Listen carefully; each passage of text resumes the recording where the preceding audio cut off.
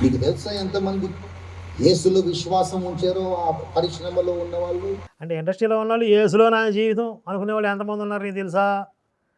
ఈ తెలుగు సినిమా పరిశ్రమలో అందరికంటే గొప్ప నటుడు ఒకడున్నాడు. అందరికంటే గొప్ప నటుడు అని ఒక్కళ్ళని చెప్పడం సాధ్యమైంది అసలు? కాదు. ఆయన ఎవరిని చెప్తారు వినండి. ఆహా. అతని పేరు ప్రకాష్ రాజ్. అబ్బా, కమల్ హాసన్ వేస్ట్. అంటే వాడు తెలుగు నటుడు కాదేనా? ప్రకాష్ రాజ్ కూడా తెలుగు నటుడు కాదు కదా. ప్రకాష్ రాజ్ కన్నడ అవుతాను అట్లయితే. ఎన్టీఆర్, ఏఎన్ఆర్, చిరంజీవి వీళ్ళందరూ నటులు కాదా? కాదు, గొప్ప నటుడు ఆయన ఒక్కడే. అతను క్రైస్తవుడు. ఎందుకు అసలు ఎస్వి రంగారావు గారు కదా అవును, మహానటుడు. అంటే ఎస్వి రంగారావు, సావిత్రి. సావిత్రి. తెలుగు ఇండస్ట్రీ ఈ నా కొడుకుని వెలేయాలి. వేలేసిందండి ఆల్రెడీ. చేసిరా? ఆ, లేకపోతే నేను దగ్గర నుండి చెప్పించేవాడిని. చాలా మందికి తెలియదు. ప్రకాష్ రాజ్ క్రిస్టియన్ అని చాలా మంది తెలీదా? హిందుత్వానికి వ్యతిరేకంగా మాట్లాడుతూ ఉంటాడు కదా. యాంటీ హిందూ అని తెలుసు. అది ఏదో ఆ బ్యాచ్ ఇప్పుడు కమ్యూనిస్టు అయి ఉండొచ్చు, నాస్తికుడు అయి ఉండొచ్చు, ఏదైనా అయి ఏం ఉండొచ్చు. రివీల్ చేశాడు ఇప్పుడు క్రిస్టియన్ అని? ఇప్పుడు అసలు విషయం చెప్తున్నాను చూద్దాం. అతని కుటుంబం అంతా కూడా క్రైస్తవులే. వాళ్ళందరూ గొర్రెలే. గొర్రె కుటుంబం నుంచి వచ్చాడు కాబట్టి మోడీ మీద పడి ఏడుస్తూ ఉంటాడు. నేను వల్ల మంచి విషయాలే తెలుస్తున్నాయి కొన్ని. కొన్ని పనికొచ్చే ఉన్నాయి.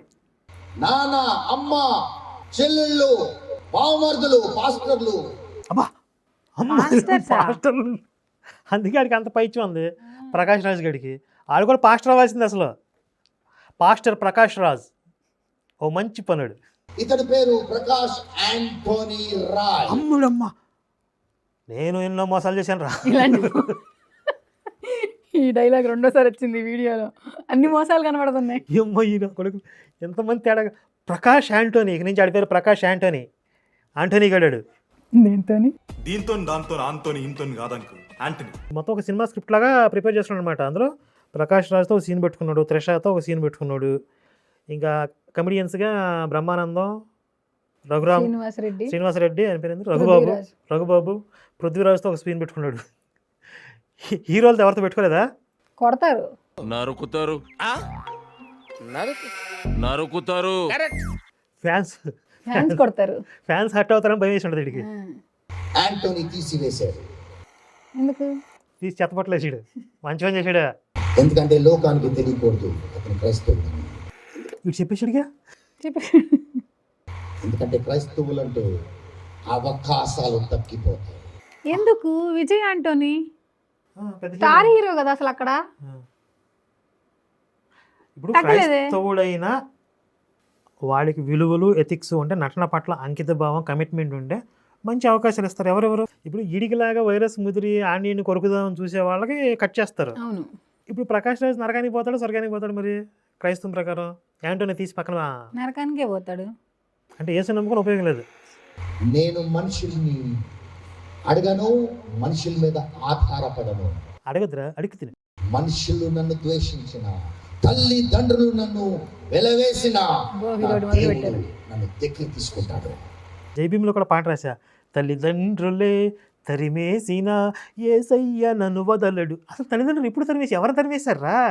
బైబిల్ వాక్యం ఏం అంటుందంటే, మీ నోటితో మీరు ఒప్పుకొని, నోటితో కాకపోతే మీ హృదయముతో, మీ నోటితో మీరు ఏం ఒప్పుకోవాలి?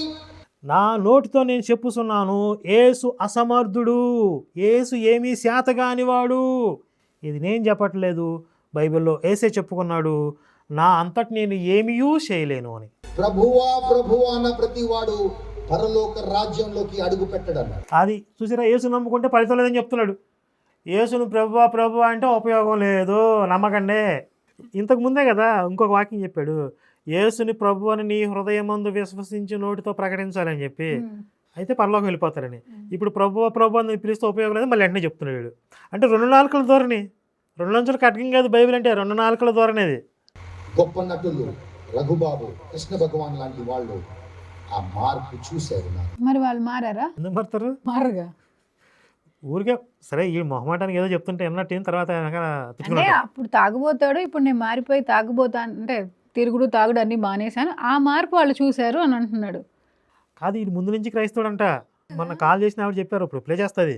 అనురాధ గారు మాట్లాడండి సార్, లైన్ లో ఉన్నారు. నమస్కారం అండి. నమస్తే అండి, ఎక్కడి నుంచి మీరు? నేను యాక్చువల్గా హైదరాబాద్ లోనే ఉన్నాను ఇప్పుడు. యాక్చువల్లీ ఈయన మన ట్రినిటీ పబ్లిక్ స్కూల్ అని ఎస్ఆర్ నగర్ లో స్కూల్ ఉండేది ఆయనకి. స్కూల్ పెట్టింది ఎవరు? స్కూల్ పెట్టింది వీళ్ళ నాన్నగారు అండి, భగవాన్ దాస్ గారు, వాళ్ళ అమ్మ ప్రభావతి. అప్పుడు ఈయన అక్కడ పనిచేసేవాడు. వాళ్ళ నాన్న క్రిస్టియన్నా? వాళ్ళు బాన్ క్రిస్టియన్స్ అండి. ఎవరో బ్రాహ్మణ్ అని వాళ్ళ చెప్పాడు. లేదండి, వాళ్ళ ఆవిడ, వాళ్ళ అమ్మగారు ప్రభావతి గారు ఉన్నారు కదా, ఆవిడ she is Oriya lady. Brahmin కాదు, ఒరియా. ఒరియా వాళ్ళు. ఆ ప్రభావతి గారి అక్క ఉండేవారు ఒక ఆవిడ, కమలా గారని. ఆవిడ కూడా షీ మ్యారీడ్ ముస్లిం అండ్ ఆవిడ పేరు మార్చిన ఆవిడ మా అమ్మగారికి తెలుసు. So in that way we knew that Prabhavati lady also and we studied in that school. So ఈయన భగవాన్ దాస్ మాత్రం క్రిస్టియన్. ఆయన ఆర్మీ మిలిటరీలో పనిచేసి I think he has taken from VR and all everything. Bhagwan Das అంటే వాళ్ళ నాన్న. ఆయన స్కూల్ పెట్టాడు ట్రినిటీ అని. అండ్ ఇక్కడ వచ్చి స్కూల్ పెట్టారు ఆయన ఎస్ఆర్ నగర్ లో. మిలిటరీలో చేసింది ఎవరు? వాళ్ళ నాన్నగారు, సూర్య వాళ్ళ నాన్నగారు భగవాన్ దాస్. ఓకే, అసలు మీకు ఎలా పరిచయం వాళ్ళ ఫ్యామిలీతో? అంటే ఒకటేమో మేము ఆ ట్రినిటీ పబ్లిక్ స్కూల్లో చిన్నప్పుడు చదివాం ఆ స్కూల్లో. అలా కాక మళ్ళీ ఆవిడ సూర్య వాళ్ళ అమ్మగారు ప్రభావతి గారు వచ్చి she was known to my mother. Okay, అలా. మీరు ఏ క్లాస్ చదువుకున్నారు అక్కడ స్కూల్లో? నేను చదివింది అక్కడ 2nd, 3rd, 4th. మీ ప్రాపర్ ఇక్కడేనా, హైదరాబాదేనా? నేను పుట్టి పెరిగిందంతా హైదరాబాదే. అయితే ఈయన టీచర్ గా పనిచేశానని చెప్పింది వాళ్ళ స్కూల్, వాళ్ళ ఫాదర్ పెట్టిన స్కూల్లోనే. ఈయన అక్కడే ఉండేవాడు. ఈయనని చిన్న సార్ అని పిలిచేవాళ్ళం మేము. ఈ నెవర్ న్యూ హిజ్ నేమ్. ఆయన పేరు తెలియదు మాకు. ఈయన పెళ్ళయింది వెస్లీ చర్చ్ సికింద్రాబాద్ లో, చిన్న సార్ పెళ్ళి. సో ఆ పెళ్లికి మా అన్నయ్య వెళ్ళాడు. వీళ్ళ 3 అన్నదమ్ములు, వీళ్ళు ఎందులో ఇతను 3వ వాడు. ఈయన సూర్య. ఆ పెద్దన్నయ్య భార్య వచ్చి షీజ్ అ డాక్టర్ ఆవిడ. సో ఒకసారి మా అమ్మగారికి బాగాలేకపోతే మేము I went to that lady, I mean we both went. అమ్మ నేను ఇద్దరం వెళ్ళాం. సో ఆవిడ మ్యాంగళూరు క్రిస్టియన్, ఆవిడ లిల్లీ అని చెప్పేసి, లిల్లీ భగవాన్ దాస్ ఆమె పేరు. వీళ్ళకి దాస్ అనేది ఎందుకు యాడ్ అయింది చివర? ఏమోనండి, అది ఆ భగవాన్ దాస్ ఆయన పేరైతే భగవాన్ దాస్ అనేది చెప్పుకునేవాడు వాళ్ళ నాన్న. ఆయన మాత్రం క్రిస్టియన్ అండి, ఆ భగవాన్ దాస్ మాత్రం. మరి ఇప్పుడు ఇతను మధ్యలో నేను మతం మారానని చెప్పింది నిజంగా ముందు నుంచి క్రిస్టియన్? అదే దట్ ఈస్ అదే నాకు చాలా ఆశ్చర్యపడ్డ విషయం. ఎందుకంటే మాకు తెలిసి వాళ్ళు మొదటి నుంచి క్రిస్టియన్సే వాళ్ళు.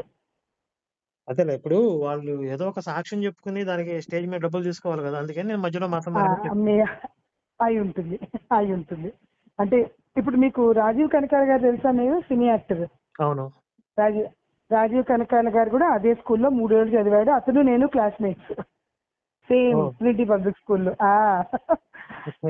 సో ఇన్సిడెంటల్లీ రాజీవ్ కనకాల కూడా తర్వాత నేను చదివిన విద్యోదయ స్కూల్లో తన తర్వాత వచ్చాడు. అంటే వాళ్ళ తర్వాత 2-3 years అబ్బాయి అక్కడ డిస్కంటిన్యూ చేశాడు ట్రినిటీలో. నేను వెళ్ళిపోయాం ఆ స్కూల్ నుంచి. ఎందుకంటే అది ICSE సిలబస్, తర్వాత ఏమో కొంచెం ఫీజులు అవి ఎక్కువ ఉండేవి అప్పుడు మా టైంలో.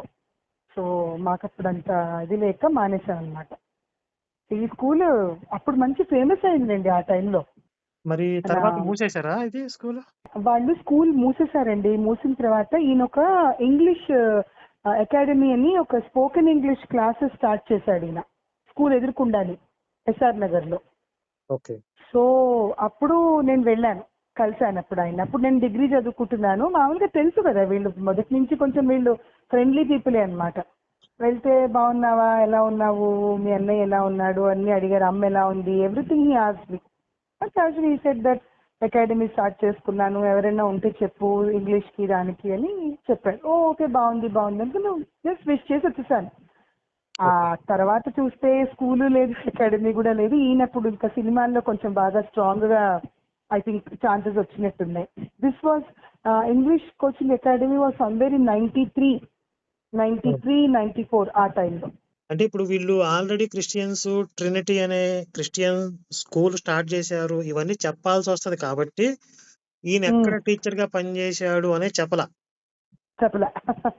అందుకనే నేను చూసే నాకు డౌట్ పడి నేను వెంటనే నా నెంబర్ ఉంటే కాల్ చేశాను. ఎందుకంటే అంత ఓపెన్ గా అసలు అబద్ధం ఆడవలసిన అవసరం ఎవరికి లేదు. మీరు మామూలుగా యువర్ లివింగ్ లైక్ ఎలా ఉండాలో మీరు అలా ఉంటున్నారు. ఆ మతం పుట్టిందే అబద్ధాలతో, అది బతుకుతుందే అబద్ధాలతో. బాగా చెప్పారు. అబద్ధాలు లేకపోతే ఆ మతం ఎప్పుడూ అంతమైపోద్ది. కరెక్ట్. సో విక్రమ్ లో చేశాడు కదా అది, ఆ నాగార్జున ఫస్ట్ సినిమా. అప్పుడు దెన్ మేము ఒకసారి అడిగాం, నేను ఇంకా 2-3 మేము అప్పుడు పెద్దవాళ్ళం అయిన తర్వాత అంటే చాలా పుష్ వచ్చింది యాక్టర్స్ అందరికి వాళ్ళ ఫాదర్స్ వల్ల, we are all very hard working people అన్నట్టుగా మాట్లాడాడు అనమాట. ఏదో తనేదో కష్టపడి చేస్తున్నట్టుగా. థింగ్స్ అదే నేను అవన్నీ చూసి సడన్ గా ఈయన ఈ టాక్ ఏంటి, మీరు ఇది చూసాను మీది మీ టీవీ షో చూసి, then I thought that YouTube లో చూసి, లేదు ఐ థింక్ ఈ నిజం నీకు చెప్పాలి అని చదివించి మీకు వెంటనే నేను కాల్ చేశాను. ఎందుకంటే అంత అవసరం లేదు, అబద్ధం చెప్పాల్సినంత అవసరం ఏం లేదు అక్కడ. That is the thing. Okay okay, thank you అండి, thank you so much. Most thanks. అసలు ఇంకా ఈ ఆడియోతో మొత్తం ఆయన చెప్పిందంతా అబద్ధం అని క్లియర్ అయిపోయిందిగా. మనం 2 ఎపిసోడ్లు చేసాం ఆయన మీద, ఈ 2 ఎపిసోడ్లకి ఈ ఆడియో మొత్తం కొట్టేసింది అని చెప్పింది. వాడు చెప్పిన వెర్షన్ కూడా మనం కామెంటరీ చేయాలి కదా. అవును, ఇది ఒరిజినల్. అంటే ఇక్కడ స్పష్టంగా వాడు బ్యాక్గ్రౌండ్ దాచేశాడు, వాడి ఫ్యామిలీ బ్యాక్గ్రౌండ్ దాచాడు. వీడు మధ్యలో మతం మారానని చెప్పింది కూడా అబద్ధం. అంటే వీడికి ఎప్పుడైతే సినిమాల్లో అవకాశాలు తగ్గిపోయాయో, రోడ్డున పడ్డాడో, అప్పుడు ఈ సాక్ష్యాలు చెప్తుంటే దీనికి కూడా కొంత మార్కెటింగ్ ఉంది. అయితే ఆ సాక్ష్యాలు చెప్పడానికి రూల్ ఏంటి? మతం మారాలి, వెలుగు రావాలి. అంటే వీళ్ళు ఫస్ట్ నుంచి క్రిస్టియన్స్ కాబట్టి సాక్ష్యాలన్నీ వీళ్ళకి ఆల్రెడీ ముందే తెలుసుంటాయి, తెలుసు. దాని మీద ప్రాక్టీస్ చేశాడు. కాబట్టి టెస్ట్ మనీలో తమ రూల్ ఏంటి? వెలుగు, స్వరం రెండో కంపల్సరీగా ఉండాలి. అంటే వీడు కంపల్సరీగా క్రిస్టియన్ కాకూడదు, అంటే హిందూ అయి ఉండాలి. హిందూ అయి ఉండి లేకపోతే క్రైస్తవ మతం తెలుసుకోకుండా బయట తిరుగుతుంటే వెలుగు స్వరం రావాలి, అప్పుడు టెస్ట్ మనీ అయ్యిద్ది అది. అందుకని వీడికున్న క్రైస్తవ బ్యాక్గ్రౌండ్ దాచేసి వెలుగు స్వరం యాడ్ చేసి టెస్ట్ మనీ తయారు చేసుకున్నాడు. వాళ్ళ అమ్మ ఒరిస్సా బ్రాహ్మణ్ అని చెప్పాడు కదా, అంటే మెయిన్ వాళ్ళ డాడీ ఏంటో చెప్పలేదు కదా, అందుకే క్రిస్టియన్ అని చెప్పాలి కదా, వాళ్ళ నాన్న ఏంటో చెప్పలే. వాళ్ళ అమ్మ ఒరిస్సా బ్రాహ్మణ్ అని మాత్రమే చెప్పాడు. ఆవిడ కూడా మతం మారే ఉంటది. అందుకే మనం అనుకున్నాం కదా, అసలు ఒక క్రైస్తవ అమ్మాయిని ఇచ్చి పెళ్లి చేస్తుంటే వీడేం చేస్తున్నాడు, ఎందుకు ఒప్పుకున్నాడు అనుకున్నాం కదా. అసలు ఆవిడ ఎందుకు తీసుకొస్తుంది క్రైస్తవ అమ్మాయిని వాళ్ళు ఎందుకు తీసుకొస్తారు? అంటే వీడికి ఇష్టమయ్యే చేసుకున్నాడు, వాళ్ళు కూడా క్రైస్తవులు కాబట్టి చేశారు. అవును, వీడు టీచర్గా చేసింది ఎక్కడ కూడా చెప్పలేదు. అది మ్యాటర్. మొత్తం ఈ ఆడియోతో మొత్తం సింక్ అయింది. ఓవరాల్గా ఈ లుచ్చా టెస్ట్ మనీ సాక్ష్యాలకి సినిమా నటులు, సెలబ్రిటీలు, ఇలాంటి ఫీల్డ్లో ఉన్న వాళ్ళు కూడా అతీతులేం కాదు. వాళ్ళు కూడా ఒకటి సాంబశివరావు టెస్ట్ మనీస్ ఫేక్ అంటున్నారు కదా, ఒక్కదానన్నా ప్రూవ్ చేశారా అన్నాడు కదా. ఇప్పుడు ఆడి పేరేంది, వైశ్యాస్ అని చెప్పాడు ఒకడు, భోగి శాంతరావు తర్వాత మేసాల గురప్ప. ఇవన్నీ ఎన్ని ఆధారాలు తీసుకొచ్చాము. ఆ ప్రసన్న బోల్ట్ వాళ్ళ బ్రదరే ఫోన్ చేసి చెప్పాడు అంత దొంగనాటకం అని. ఇది ఇంకొకటి క్లియర్ గా అర్థమైపోతుంది కదా. అసలు ఈ లుచ్చా సాక్ష్యాలతో బతికేస్తున్న లుచ్చా మార్కెటింగ్ మాత్రం యేసు మతం.